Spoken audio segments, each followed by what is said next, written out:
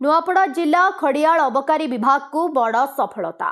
विपुल मात्रा रे cup syrup जबत सह संपृक्त युवकों को गिरफ्त करिछि।